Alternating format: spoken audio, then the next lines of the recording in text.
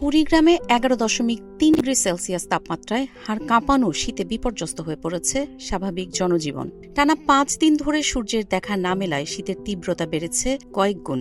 কনকনে ঠান্ডা ও হিমেল বাতাসের সঙ্গে ঘন কুয়াশায় আচ্ছাদিত হয়ে পড়েছে জেলার পথঘাট ও প্রকৃতি।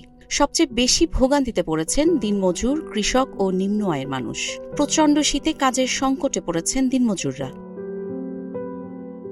সদর উপজেলার ঘোগাদহ এলাকার দিনমজুর আব্দুল মজিদ জানান, সকালে কাজে বের হওয়াই কষ্টকর হয়ে পড়েছে। একই সঙ্গে ঘন কুয়াশার কারণে মাঠে কাজ করতে পারছেন না কৃষকরাও। এতে ফসলের ক্ষতির আশঙ্কা দেখা দিয়েছে। শীতের প্রভাব পড়েছে শিক্ষার্থীদের ওপরও। কুড়িগ্রামের চরাঞ্চলের কয়েক লাখ মানুষ পর্যাপ্ত শীত বস্ত্রের অভাবে চরম দুর্ভোগে দিন কাটাচ্ছেন। আবহাওয়া অফিস জানিয়েছে, পরিস্থিতির উন্নতি না হলে শীত আরও বাড়তে পারে। কাজী ইশরাত জাহান দৃষ্টি, নাগরিক প্রতিদিন।